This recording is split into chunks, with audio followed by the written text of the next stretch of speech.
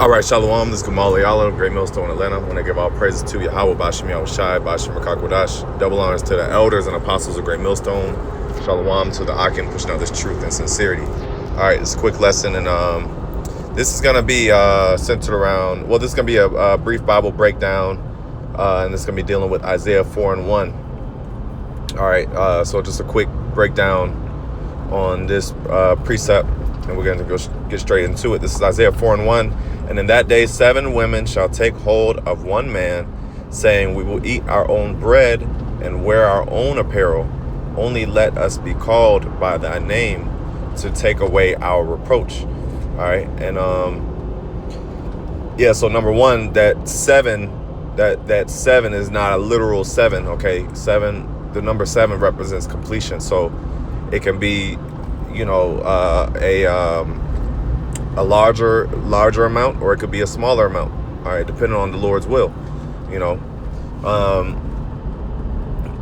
some men may have a larger amount, you know, that they could handle, or, you know, whatever. But the point being is that it says, we will eat our own bread and wear our own apparel. Only let us be called by thy name. So this is really a humbling of women. Okay. Because Isaiah 4 and 1 will take place because of 2 reasons. All right. Men's value going up with the elect, specifically. The elect men's value going up, as well as women's value going down. Women being brought under into submission. Okay. All right. Into their proper place, which is under the Israelite man. All right. And so it says, we will eat our own bread and wear our own apparel. Basically, look, we'll feed ourselves and clothe ourselves. Like, you don't even have to, you know, take care of us. You know, we just want to be called by your name. Basically, we just want to be on the team. That's basically what it's saying. Look, you know, you good. We just want to be on the team. You know, because why? Because they're going to see the power that men are going to possess, and they're going to be scared, because Jeremiah 30 and 7 is going to come to pass, which is Jacob's trouble. All right. But not only that, but, you know, men are going to be held in high regard. All right. So let's get Jeremiah 32 verse 9, or I think it's, what was it?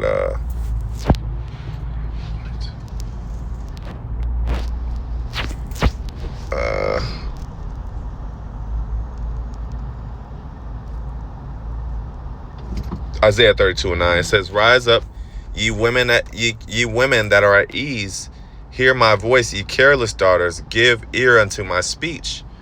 All right. And point being is that these women are at ease right now, you know, because right now, what's the mindset of a woman? Oh, you know, I got, you know, I don't need a man.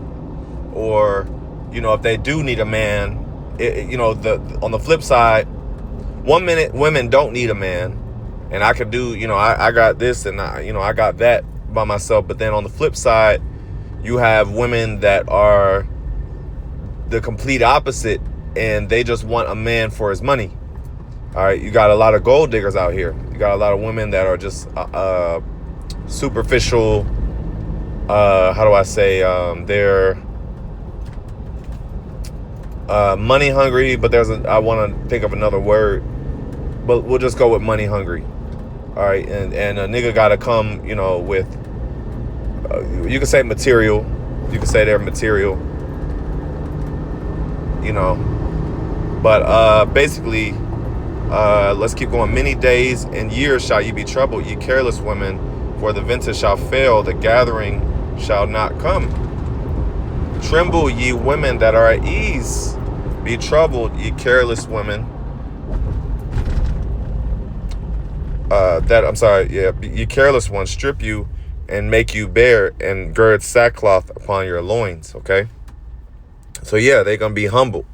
Tremble. The Lord said, tremble and be troubled. Okay. Because verse 12, it says, they shall lament for the teats which is that the system, the system's goodies and different things that the system offers them.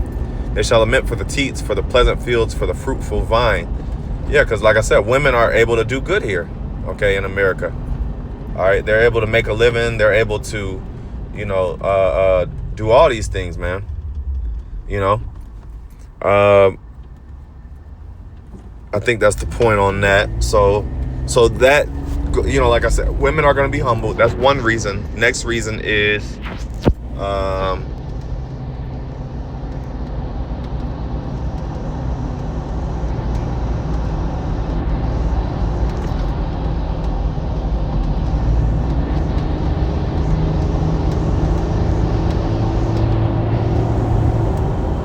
I believe it's,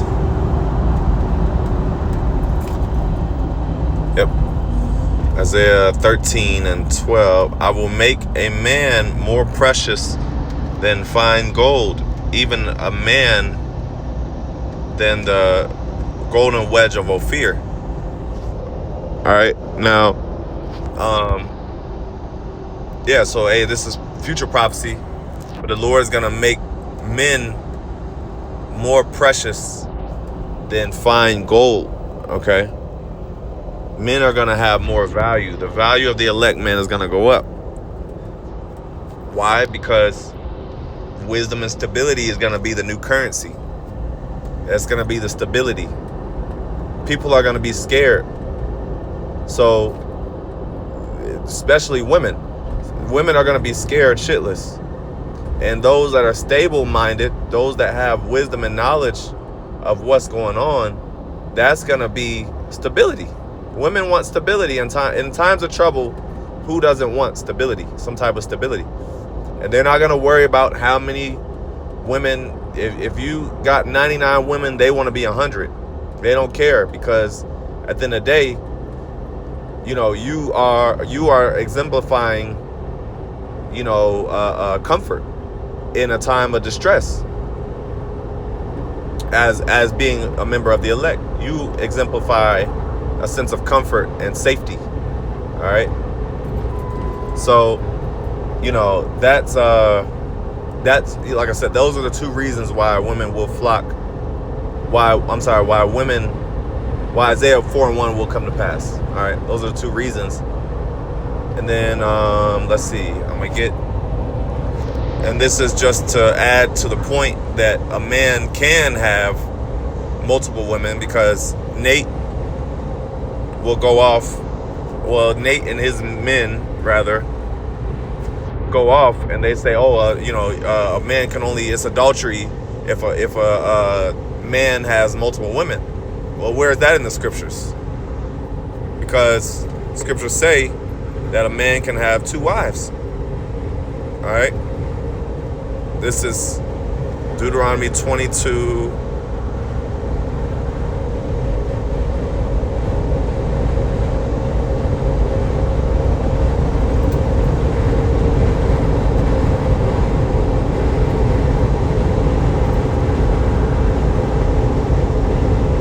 Let me find it. I think it's Deuteronomy 22.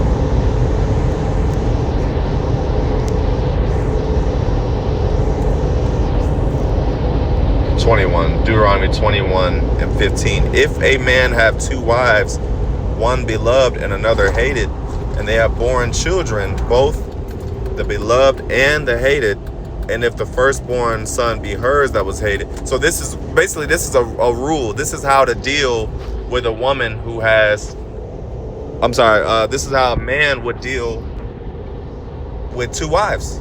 Okay, this is a rule in place. If the Lord was against it, then he wouldn't set a rule. He would just say, don't do it.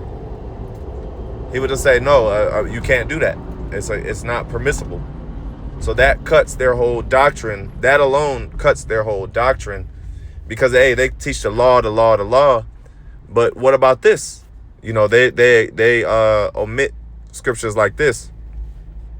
But point being is that, hey, if the Lord was against it, if the Lord forbid it, then it wouldn't. Then he wouldn't make a rule on how to in order on how to deal. I don't know how to deal with multiple women. You know, like I said, he would just say, well, no, it's not. It's abominable. You know, just like the other certain things that the Lord forbid. All right. So, you know, that's pretty much the point. You know, I wanted to end off, you know, Lord willing, you edified. I'm going to end off by giving all praise, honor, and glory to YAHAWAH, BAHASHAM, YAHAWASHI, BAHASHAM, Kakwadash. Double honors to the elders and apostles of Great Millstone. Shalom.